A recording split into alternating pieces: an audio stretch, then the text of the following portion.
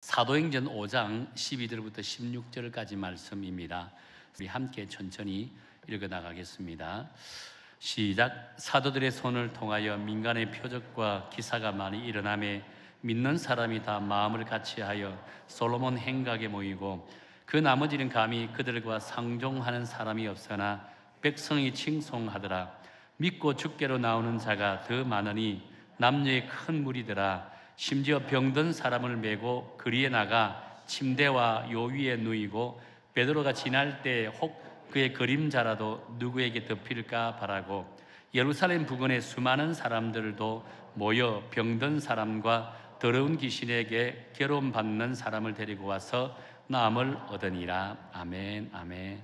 지난번 강해에서는 하나님께서 아나니아와 삽비라 사건을 통해서 교회가 얼마나 거룩성을 유지해야 되고 정결성을 유지해야 되는지에 대한 말씀을 하셨습니다. 사실 우리는 아나니아와 삽비라 사건을 이야기를 듣거나 그 말씀을 읽을 때마다 마음에 참 부담으로 다가올 때가 참으로 많습니다. 어떨 때는 썸득하게 느껴지기도 하겠죠. 왜냐하면 열심히 봉사하던 부부가 거짓말 한 번 했다고 하나님으로부터 징벌을 받아 그 자리에서 죽임을 당했다라고 한다는 겁니다. 그렇기에 이 사건의 말씀의 내용이 우리 그리스도인들은요 정말 무서운 이야기일 수밖에 없는 거예요. 부담이 될 수밖에 없는 그런 말씀이라고 한다는 거예요. 그렇다면 하나님께서 왜 이 부부의 거짓말을 용납하지 않으셨을까? 지난번에도 지난번에도 그러니까 살펴보았지만은요 오늘 본문의 말씀과 연결되는 부분이기 때문에 간략하게 그 이유를 한번 살펴볼 필요가 있지 않겠는가라고 생각합니다. 나름의 이유를 찾아보면 여러분도 아시다시피 초대 교회는, 예루살렘 교회는 오랜 역사를 가지고 있는 그런 교회가 아니었습니다. 이제 막 꽃이 피고 열매를 맺기 시작한 그런 교회였다라고 할 수 있다는 겁니다. 그런데 이런 교회가 거짓으로 점철되거나 하나님께 한 약속이 너무 쉽게 무너져 버린다면 여러분 교회가 가져야 할 거룩성은 어떨까요? 교회에 대한 신실성, 하나님에 대한 신실성은 어떻게 되겠습니까? 한 방에 무너지게 된다는 겁니다. 그렇다면 예루살렘 교회는 하나님의 은혜와 능력이 나타나지 않는다는 겁니다. 그래서 하나님께서는요, 이 아나니아와 삽비라 사건을 통해서 교회의 거룩성을 유지하는 것이 대단히 중요하다라고 이렇게 말씀하고 있는 거예요. 간단하게 한 가지 예를 든다면요, 여러분 사과 한 박스를 이제 구입했다고 가정해 보세요. 근데 사과를 한 박스 구입하면 그 사과를 그다음에 구입한 그날 다 먹는 것이 아니잖아요. 큰 박스에 한 박스를 구입했다고 치면요, 아마 몇 달 동안은 먹을 거예요. 근데 여러분 사과 한 박스를 구입하고 보관할 때 어떻게 보관합니까? 어떤 사람들은 사과 한 박스지만 하나하나 개별 포장해서 보관하는 사람도 있을 거고, 어떤 분들은 그래서 박스채로 그냥 보관했다가 하나씩 끄집어내 먹는 사람도 있을 거예요. 근데 여러분, 근데 사과는 박스째에 보관했다 끄집어내다 보면 한 중간쯤 가면 꼭 흠이 있고 썩은 사과가 꼭 발견하게 된다는 겁니다. 그 다음에 썩은 사과는 어떻게 할까요? 이 썩은 사과에게는 에틸렌 가스라는 게 나옵니다. 일반적으로 에틸렌 가스가 썩은 사과에서는요 더 많이 분출된다고 합니다. 이 가스가 분출되면 썩은 사과로 끝나는 것이 아니라 주변의 모든 사과조차도 썩게 만들어버린다고 합니다. 사과가 다른 과일보다 훨씬 더 에틸렌 가스가 많이 분비되기 때문에 썩게 되면 주변 사과가 다 썩게 만들어서 결국은 중간 이후부터는요 먹지 못하게 만들어버린다는 겁니다. 그래서 사과를 박스째 샀을 때는, 보관할 때는 박스를 해체해서 개별적으로 보관하는 것이 대단히 중요하다고 했다는 겁니다. 우리 여성분들 다 알고 계시지만 혹시나도 모를까 봐 이렇게 이야기하는 거예요. 하나님께서 이 초대 교회에 있었던 이 아나니아와 삽비라 사건이요, 초대 교회를 썩게 만드는 썩은 사과와 같다라고 생각했다는 겁니다. 그래서 이 하나님께서 이 썩은 사과인 아나니아와 삽비라의 사건을 가감하게 정리를 해버렸다는 겁니다. 속아내버렸다는 겁니다. 왜? 주변에 있는 그런 성도들까지 물들까 봐, 썩게 될까 봐 어쩔 수 없이 하나님께서 이 아나니아와 삽비라의 이 사건을 통해서 엄벌하게 처벌하는, 징벌을 내리는 그런 모습을 보이게 되었다라고 한다는 겁니다. 오늘날 우리 교회도 마찬가지라고 할 수 있습니다. 교회가 건강한 교회, 성장한 교회, 세상에서 인정받는 교회가 되면 되려면 가장 우선적으로 필요한 것은요, 교회 자체가 거룩성을 회복해야 된다고 한다는 겁니다. 교회를 구성하고 있는 성도들 역시 성결함을 가져야 된다는 거예요. 거룩한 하나님의 백성이 되어야 된다고 한다는 겁니다. 그러기 위해서는 날마다 우리는 하나님의 말씀에 비추어서 내가 어떤 부분에서 문제가 있고 어떤 부분에서 죄가 있는지 정확하게 깨닫고, 회개할 것은 회개하고 돌이킬 것은 돌이키는 이런 믿음의 자세를 가져야 되는 거예요. 그럴 때 하나님의 온전한 백성이 되는 거예요. 그 하나님의 온전한 백성이 될 때 비로소 하나님의 영광이 드러나게 된다라고 말씀하고 있는 거예요. 자, 그렇다면 오늘 본문에 나와 있는 말씀 바로 앞부분이 아나니아와 삽비라 사건이라고 했습니다. 근데 아나니아와 삽비라 사건을 통해서 하나님께서 그들을 단호하게 제거하고 나서 예루살렘 교회가 비로소 거룩성과 정결성을 회복했다라고 했습니다. 거룩성을 회복했던 이 예루살렘 교회는 어떤 은혜가 나타났을까? 오늘 이 시간 우리가 저와 여러분이 함께 말씀을 묵상하면서 깨닫기를 원하고 교훈받기를 원하는 것이 바로 여기에 있다는 겁니다. 아나니아와 삽비라 사건을 통해서 예루살렘 교회의 거룩성을 회복되었을 때 하나님으로부터 어떤 은혜를 임하게 될 것인지, 오늘 이 시대에 그 어떤 때보다 교회의 거룩성이 강조되는 이 시점에 오늘 이 본문의 말씀을 통해서 우리 스스로를 돌이켜보고 우리 여성교회도 거룩성을 회복하여 예루살렘 교회에 임했던 하나님의 은혜가 동일하게 임하는 그런 은혜와 능력이 나타나기를 예수님의 이름으로 축원합니다. 자, 그렇다면 첫 번째로 거룩성을 회복한 예루살렘 교회는 어떤 은혜가 나타났을까? 하나님의 기적과 능력이 나타나는 교회였다고 했다는 겁니다. 자, 12절에 보면 이렇게 말씀합니다. 우리 화면을 보고 우리 한번 읽어볼까요? 12절입니다. 시작. 사도들의 손을 통하여 민간의 표적과 기사가 많이 일어나매라고 합니다. 그리고 15절에 보면 이렇게 말씀합니다. 우리 15절 함께 읽어볼까요? 시작. 심지어 병든 사람을 메고 거리에 나가 침대와 요 위에 누이고 베드로가 지날 때 혹 그의 그림자라도 누구에게 덮일까 바라고 라고 했습니다. 본문에 보면 당시 사도들의 능력이 대단하였음을 우리는 알 수가 있다고 한다는 겁니다. 어느 정도 대단했냐면요, 베드로를 만나기만 하면 모든 질병이 치유받고 심지어 안전병이가 일어났더라라고 말씀하고 있는 거예요. 그렇다 보니까 사도 베드로를 만나기란 여간 힘든 것이 아니었습니다. 찾는 사람이 너무 많은 거예요. 여기 불리다는 저기 불리다고, 저기 가서 복음전하고 저기 가서 복음전하다 보니까 사도 베드로를 만나는 게 너무 힘들었습니다.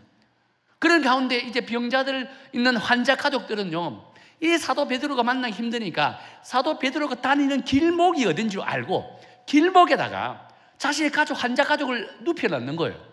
그러면서 생각하기를 베드로가 지나갈 때 손은 고사하더라도 그림자만 지나가도, 그림자만 덮어도 병이 나을 것이다 라고 하는 마음을 갖고 베드로 지나가는 그 길목에다가 자신의 환자를 그냥 덮어 누웠다는 겁니다.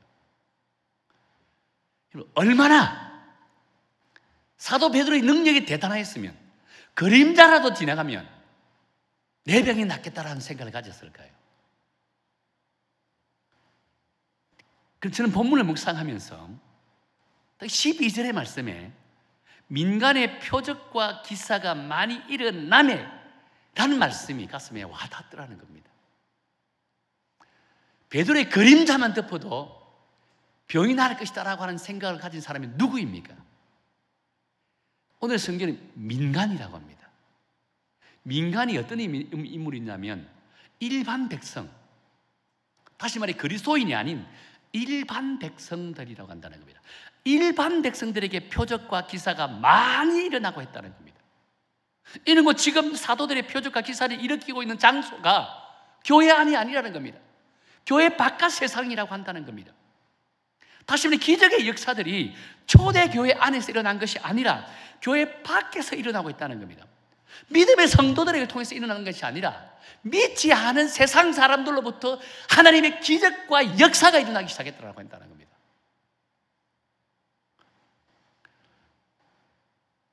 그래서 저는 이것이 바로 하나님이 기대하는 건강한 교회상이라고 할 수 있습니다.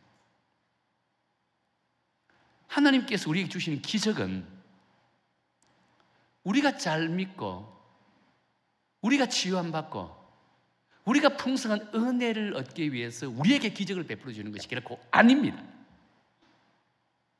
하나님의 기적은 우리를 통해서 세상이 구원을 받고 세상이 변화지고 세상이 복을 받게 하기 위해서 기적을 베풀어 주신다라고 말씀하고 있는 거예요.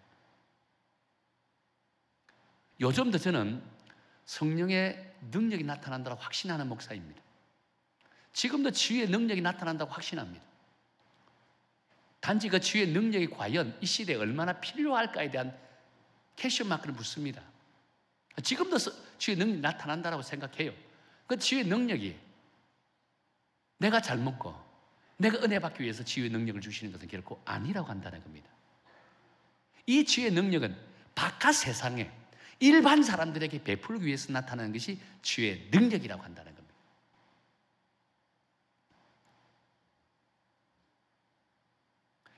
근데 혹여나 우리 중에 우리도 예루살렘 사도들처럼 병든 자를 고치는 그 능력을 가지고 있어야 세상에 복을 나눌 수 있다라고 생각하는 분들이 혹시 있어가지고 병 고치는 능력을 받기 위해서 엉뚱한 곳에 기웃거리는 그런 사람들이 혹시라도 있을 수 있습니다. 꿈 깨세요. 그런 마음으로 갖고 있으면 하나님께서 병 고치는 능력 안 줘요. 목적이 잘못되면 하나님께서 아무런 은혜 주지 않습니다. 물론 우리를 통해 하나님의 능력과 기적이 일어납니다. 나야 해요. 그러기 위해서는요, 우리 스스로가 성결해야 되고 하나님의 거룩한 백성이 되어야만 한다는 겁니다.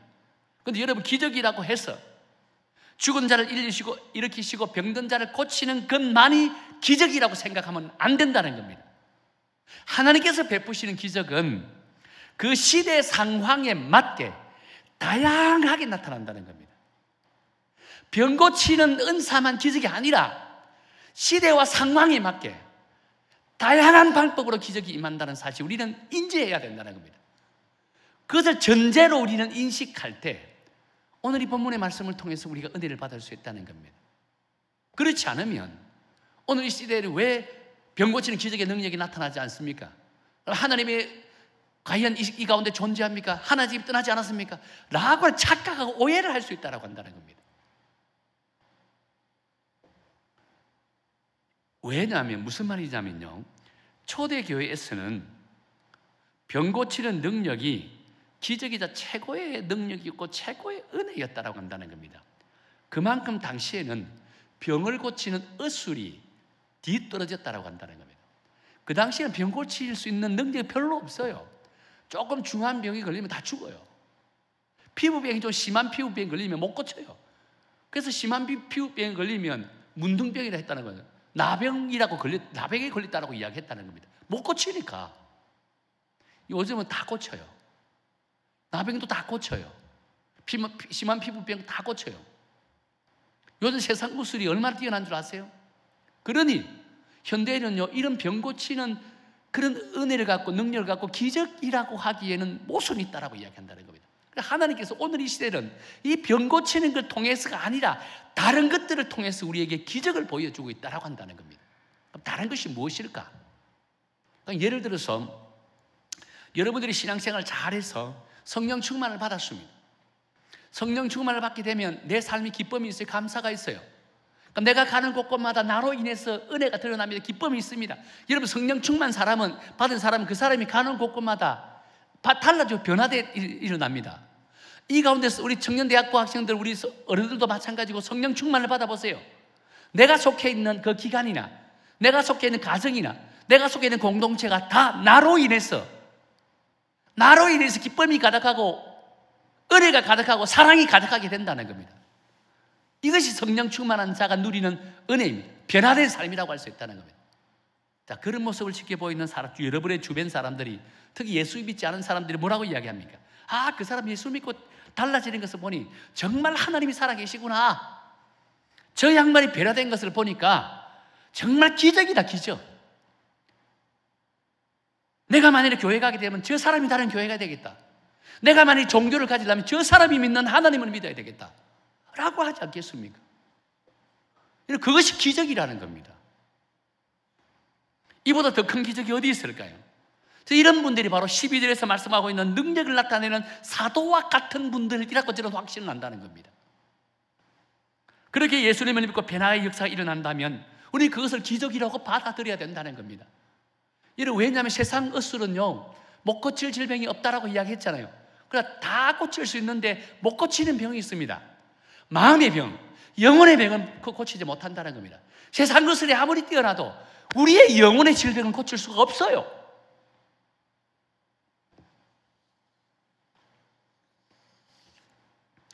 우리에게 어느 집사님 한 분에 대한 이야기를 드릴게요.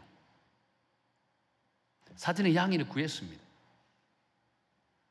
아마 봄 정도일 겁니다. 그 집사님이 여성 한 분을 전도해 오셨습니다. 그런데 그 여성분은 서울에 사시는 분입니다. 서울에서 우리 교회까지 오는 거는 정말 쉽지 않잖아요. 서울에서 오시는 집사님 몇 분 계세요. 너무 감사합니다. 쉽지 않거든요. 그분이 우리 교회 온 거예요. 왜 서울에서 여기까지 왔었나, 그 이유를 나중에 대화하면서 알았습니다. 전도를 한 집사님이 이전의 삶과 현재의 삶이 너무 달라졌다고 이야기하는 겁니다. 이전엔 지극히 세속적인 삶을 살았습니다. 그분이 하는 일들이 세속적인 삶을 살게 만드는 그런 분위기였습니다. 그런데 이 집사님이 굉장히 어려운 일을 당했다는 겁니다. 그러다 보니까 그 가운데 하나님을 깊이 경험하게 되었던 거예요. 그리고 나서 그분의 삶이 180도로 바뀌어버렸다는 겁니다. 그런데 그렇다 180도 바뀌니까 그분의 입술을 통해서 나오는 말들이 하나님이고 예수님이고 교회라는 겁니다. 어떻게 사람이 그렇게 바뀔 수 있을까? 행동하는 것도 모두가 다 예수 믿는 사람처럼 너무나 행동한다는 겁니다. 주변에 있는 사람 다 놀라는 거예요. 이분이 말하기를 도대체 저분을 변화시킨 교회가 어떤 교회일까? 혹시 이단이 아닐까? 저분이 믿는 하나님이 도대체 어떤 하나님일까? 너무 궁금해서 찾아왔다고 했습니다. 여러분, 사람이 달라지는 것은 본인이 나는 변화되어서 달라졌어 라고 인식하는 것보다 주변 사람들이 그 사람이 달라졌구나, 변화됐구나 라고 해야 진정한 변화된 삶이라고 할 수 있다는 겁니다. 야, 나는 예수 믿고 달라졌어. 수련회 갔다 오니까 은혜가 넘쳐가지고 나는 변화됐어. 웃긴 소리 하지 마세요. 똑같이 행동하면 그러면 변화된 거 아니에요. 주변 사람들이, 적어도 부모님들이, 야, 우리 아이 너무나 많이 변했구나. 주변 사람들이, 야, 열심히 말씀 읽고 성경 읽고 기도하더만 저렇게 변하구나. 예수 믿고 저렇게 달라지구나. 그럴 때 진정 변화된 삶이라고 이야기하는 겁니다. 이 집사님이 그랬다는 겁니다. 그래서 이것이 저는 기적이라고 봅니다. 또한 이 집사님의 삶이 우리 교회가 추구하는 선교적 교회의 정체성을 이루는 삶이라고 저는 확신한다는 겁니다. 우리가 세상에 나가서 병자를 고치고 죽은 자를 살리는 것만이 표적과 기적을 이루는 것이 아닙니다. 우리의 변화된 삶을 통해서 또 우리 교회가 하는 여러 가지 사역을 통해서 예수 믿지 않은 사람들이 주께로 돌아오고 세상의 교회를 존중하고 세상의 교회를 인정해 나갈 때 그것이 바로 죽은 자를 살리는 기적보다 더한 아름다운 기적이라고 저는 믿는다는 거예요. 근데 이 집사님은요, 이토록 기적을 경험하는 데 있어서 거저 주어진 것일까요? 제가 이 집사님을 너무나 잘 압니다. 원래 이 집사님 교회 거의 안 나왔습니다. 이름만 집사지 교회 거의 안 나왔어요. 잘 알아요. 그런데 어려움을 당하자 하나님 앞에 납작 엎드러지는 거예요. 날마다 하나님 앞에 회개를 부르짖어요. 예배도 주일 예배만 참석하는 것이 아닙니다. 금요기도에 나와서도 날마다 하나님 앞에 부르짖는 거예요. 단 한 주도 빠짐없이 금요기도 나가서 하나님 앞에 두 손 들고 통회하고 자복과 기도하는 모습 보니까 목사인 제가 얼마나 마음이 감동이 되는지요. 저는 그 집사님만 보고 기도가 저절로 나와요. 목사가 이렇게 감동이 되는데 하나님은 어떨까요? 하나님은 사람이 감동하는 것보다 몇십 배나 더한 감동을 받기 때문입니다. 하나님 은혜를 주시는 거예요. 모든 문제가 다 해결되고 지금은 놀랍게 자기 하는 일들을 통해서 선교를 하고 싶대요. 준비하고 계획하고 있다고 합니다. 여러분, 이것이 기적입니다. 기적이라고 할 수 있는 거예요. 사랑하는 성도 여러분, 여러분은 기적을 경험하고 싶습니까? 하나님 앞에 거룩성을 회복하기를 축원합니다. 하나님 앞에 성결한 백성이 되기를 축원합니다.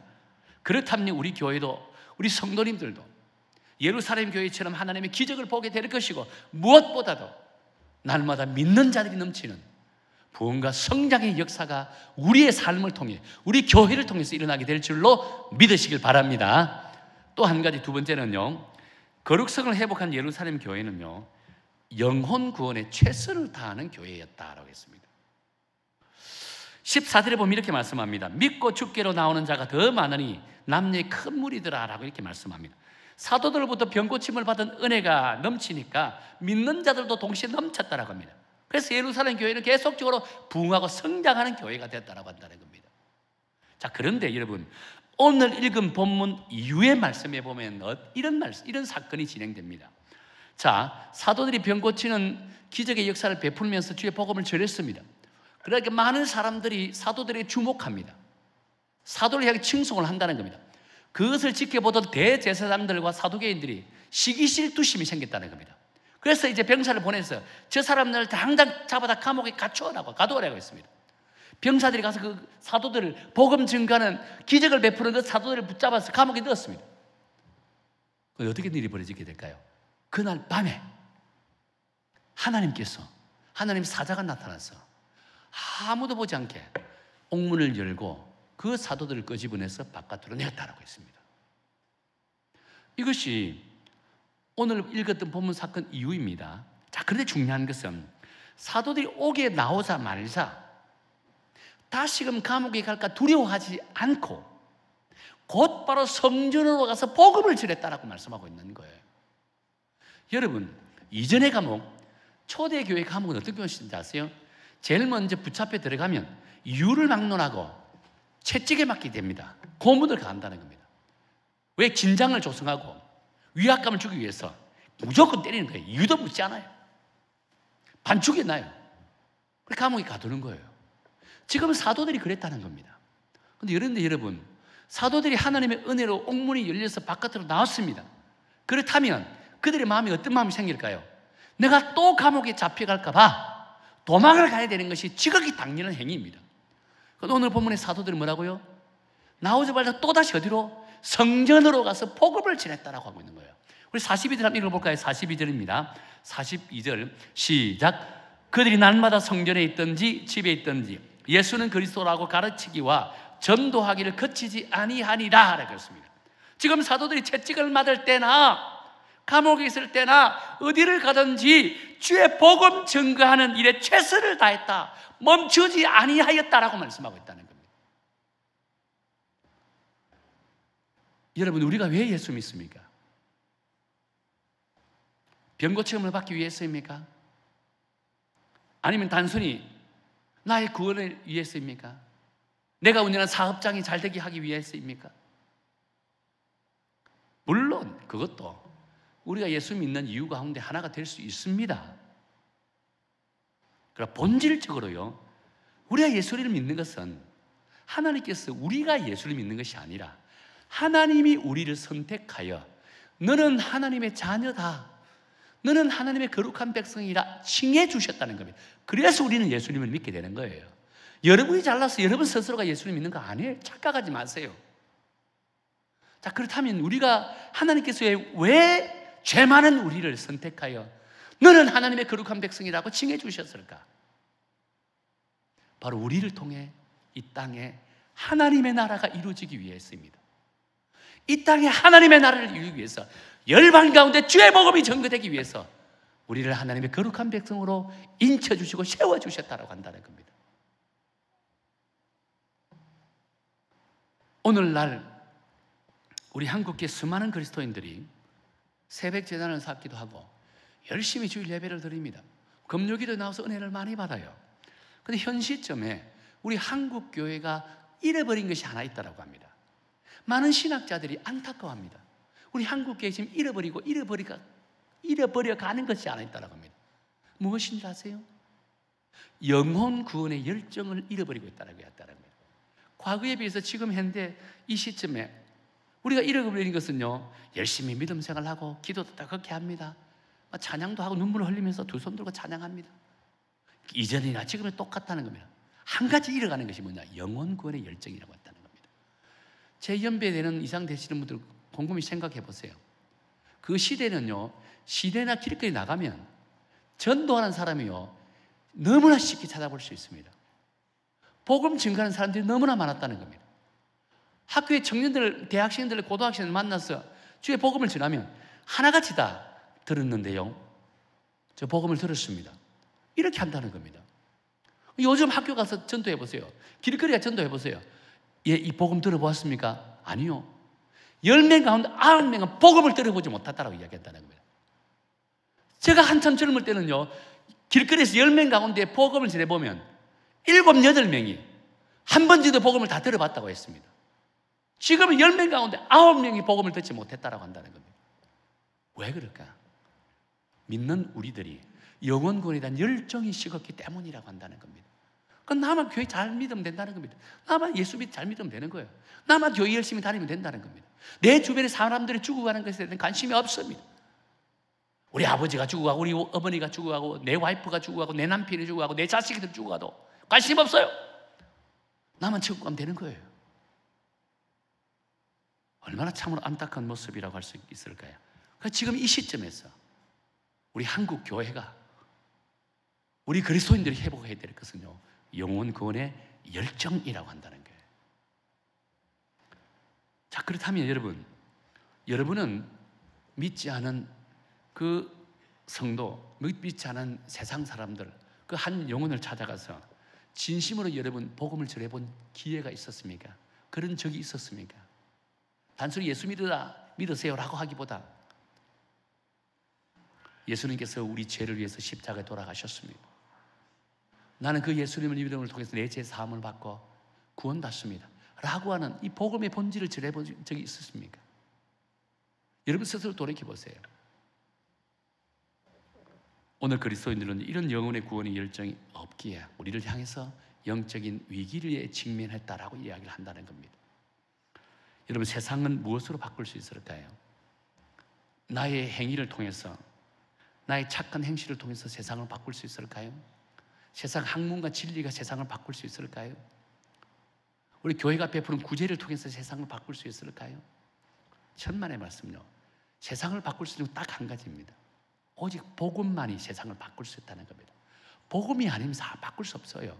깨어진 가정이 회복되기 위해서 세상 진리와 학문이 아무리 갖다 대보세요, 그 깨어진 가정이 회복되나 복음이 그 가정 속에 들어가게 되면 그 가정도 회복되어진다고 한다는 겁니다. 세상으로 타락한 가정, 그 형제나 사람들을 보세요. 세상에 아무리 진리와 세상 학문이 그를 변화시킬 수 있을까? 변화시킬 수 없어요. 그들 가운데 복음이 들어갔어요. 한순간에 변화된다고 한다는 겁니다. 이 복음이 바로 능력이라고 하는 거예요. 제가 미국에 있을 때 한인 출신 가운데 깽단 두목이 있었습니다. 근데 이 두목이 교도소에서 복음을 듣고 회심하여 목회자가 되었습니다. 근데 이분이 원래 어떤 사람이었냐면, 원래 원래 경찰이었습니다. 경찰이었는데 이 뇌물수수 혐의로 경찰복을 이제 벗게 되었다라고 한다는 거예요.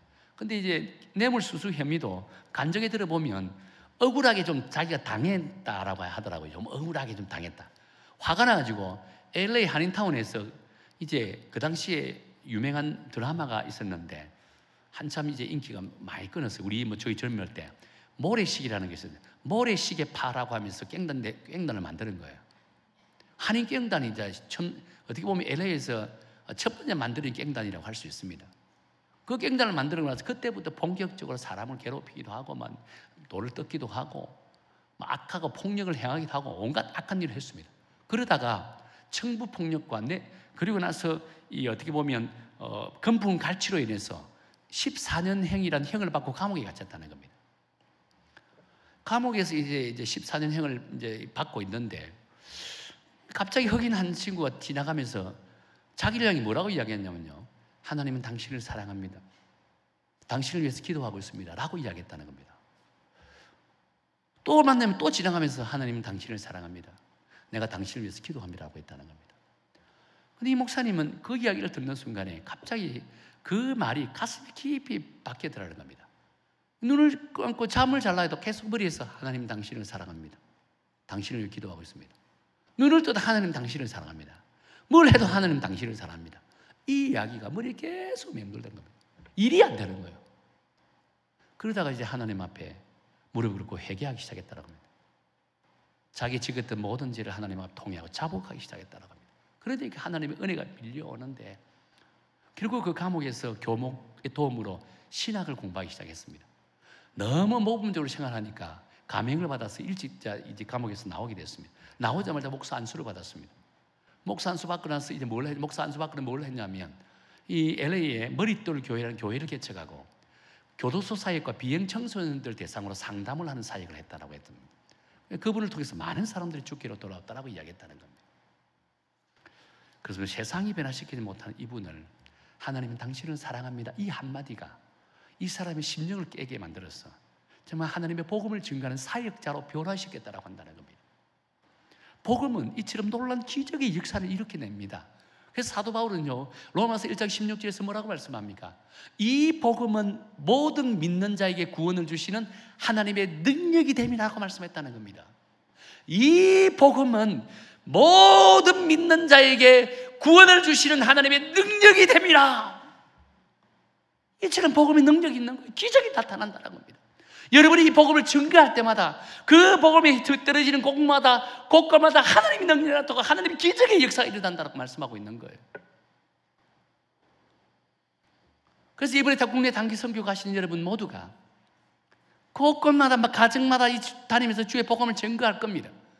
증거할 때마다 우리가 복음의 메시지를 던질 때마다 그곳이 하나님의 기적의 역사가 나타나는 곳이라는 사실을 온전히 깨닫고 열심히 주의 복음을 전하는 그런 우리 믿음의 성도들, 우리 선교팀들 되기를 예수님 이름으로 축원합니다. 이번에 우리 교회가 빌립전도 훈련을 개설합니다. 빌립전도 훈련. 벌써부터 들리는 소리는 괜한 시작도 하기도 힘든, 시작도 하도 안 했는데 벌써부터 힘들이 어려움이 왜 하니 막 인력이 들려와요. 이 핑계 저 핑계 대면서 꼭 전도 훈련 해야 되나? 전도 훈련 자체를 그냥 부정하는 사람들도 나온다는 겁니다. 하나님이 좋아하겠다 그러죠. 중요한 것은요, 전도 훈련은 다른 그 어떤 훈련보다 소중한 훈련, 기쁨의 훈련이다라고 한다는 거예요. 왜냐하면요, 그 복음을 증거하는 훈련에는 하나님이 함께하기 때문입니다. 복음을 증거하는 현장에는 하나님의 능력이 나타나기 때문입니다. 복음을 증거하는 그 현장 속에서는요, 하나님의 영광이 드러난다는 겁니다. 그렇기에 기회가 주어졌을 때 이 기회를 붙들고 여러분의 인생에서 가장 소중한 그런 때가 되기를 축원합니다. 아직도 예수 믿으면서 참된 기쁨, 참된 능력을 경험하지 못한 분들이 있더라면 이번 빌립전도 훈련을 통해서 하나님의 능력을 경험하십시오. 하나님의 은혜를 경험하십시오. 하나님의 기적을 경험하십시오. 분명한 사실은 그런 은혜를 사모하면서 이 훈련에 임하게 된다면 저는 확신합니다. 하나님의 기적의 역사가 이 빌립전도 훈련을 통해서 국내 단기 선교를 통해서 이 기적의 역사가 일어나게 될 줄로 믿습니다. 우리 여성계 속에 있는 여러분 모두가 이 복음 증거하는 영혼 구원의 열정을 회복하여 여러분의 개인과 삶과 우리 교회가 이번 기회를 통해서 정말 하나님의 놀라운 능력을 날마다 일으키며 믿는 자들이 넘쳐나는 그런 교회가 되기를 다시 한번 예수님 이름으로 축원합니다.